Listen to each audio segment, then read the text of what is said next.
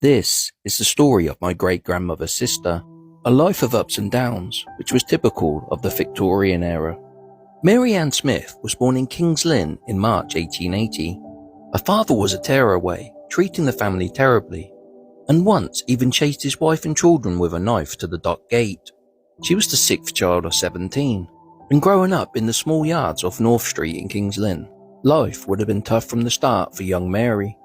Her two older sisters, Emma and Agnes, had already moved to London by the early 1890s, and on Christmas Day 1899 she married German seaman George William Hesp at St Michael's and All Angels, Tower Hamlets. She had a first child, George William, in 1900, and the family settled in London's East End.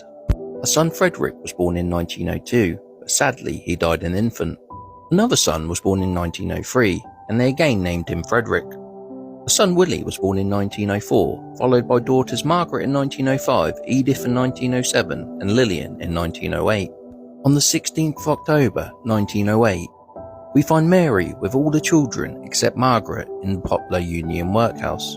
On October 27th, we find the three boys in the workhouse. The record says they were brought in by the police. In November 1908, we find Mary and Lillian back in the workhouse. They are listed as destitute. Sadly, Lillian died less than a month later, aged only 6 months. By now, Mary was 28 and struggling to get by. In April 1909, Edith was admitted to the workhouse, alone with no family, aged just 2 years old.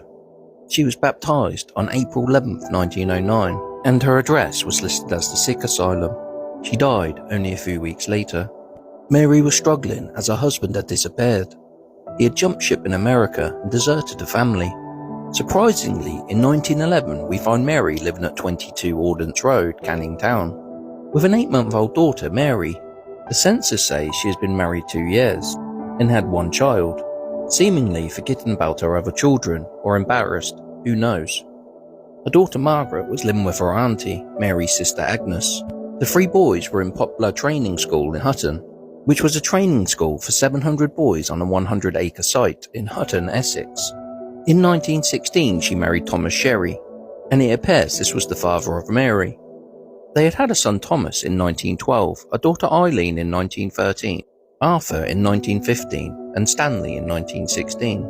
Her husband passed away in 1925. In 1939 she was living in Ravenscroft Road, West Ham, with her children Arthur, Stanley and Mary. Mary passed away on the 28th of November 1946, aged 66, at the East Dulwich Hospital. Her eldest son George went on to be a well-known conductor, and Willie also made music. Frederick emigrated to South Africa. Margaret lived her whole life with her cousin Annie. It seems the skills her sons learnt at the training school stood them in good stead for life. So rest in peace, Mary, you will be remembered. This is the story of how one man's mistake affected the lives of future generations.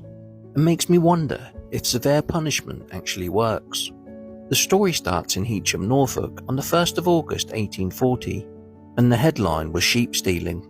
It said Robert Newton, age 40, Thomas Newton, age 30, and William Newton, age 32, stood charged with stealing 2 rams, the property of Charles Fawcett Neville Rolfe, Esquire of Heacham.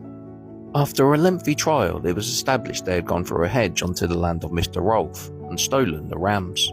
The Newton brothers had cut the rams up and left some of their body parts in a wheat field close by. They also left a sack with around 40 pounds of mutton inside. When their houses were searched, traces of blood were found, and mutton fat, knuckle mutton and sheep's pluck in an oven. All 3 men were found guilty and sentenced to 15 years transportation. Robert arrived in Tasmania via the ship Duncan, which sailed from Sheerness. The ship left on the 16th of December 1840 and arrived in Tasmania on the 3rd of March 1841, with 259 male prisoners.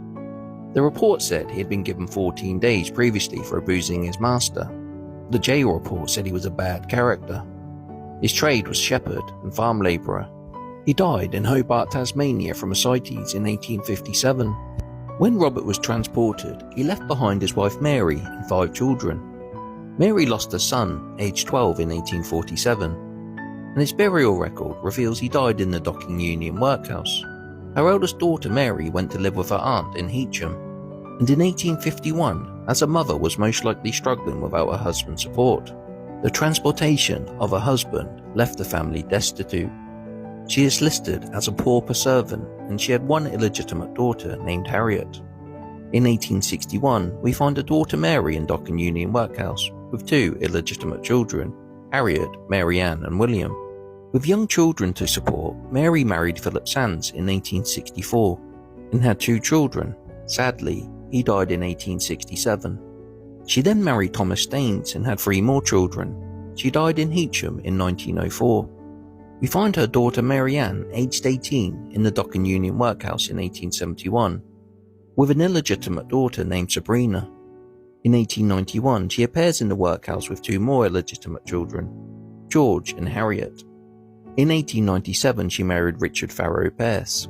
Her son George, along with four other young men, were sentenced to 5 years imprisonment for an assault on Anne Richardson, 17, in Heacham, Norfolk in 1898. He was imprisoned in HM Prison, Portland, Dorset.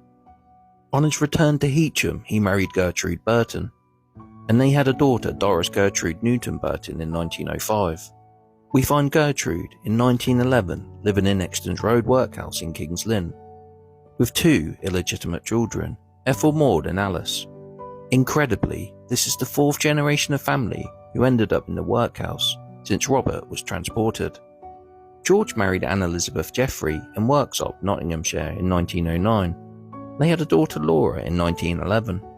By now, he was using the name of George Newton Earl, possibly to hide his past. They would go on to have 6 more children. George got in trouble for stealing wheat in 1918 and fowl in 1919, but escaped with fines. He died in 1927 in Oldcoach, Nottinghamshire. This picture shows George with his wife Annie. It makes you wonder, if Robert wasn't transported all them years ago, would life have been different for the family? This is the true story of my great-grandfather's sister, whose pictures remained elusive for years, and today I will tell you her story. Jessie May Howard was born in 1886 in King's Lynn, Norfolk. Her father Thomas was a fisherman and fish merchant, and the family lived in Pilot Street in the heart of the local fishing community. She had an older brother, 2 older sisters and 2 younger sisters.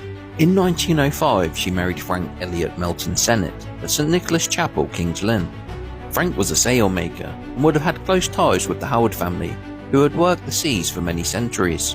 In 1906, they had a daughter Dorothy. In 1907, a son Thomas. In 1908, Frank set up business as a sail and tent maker at 52 King Street.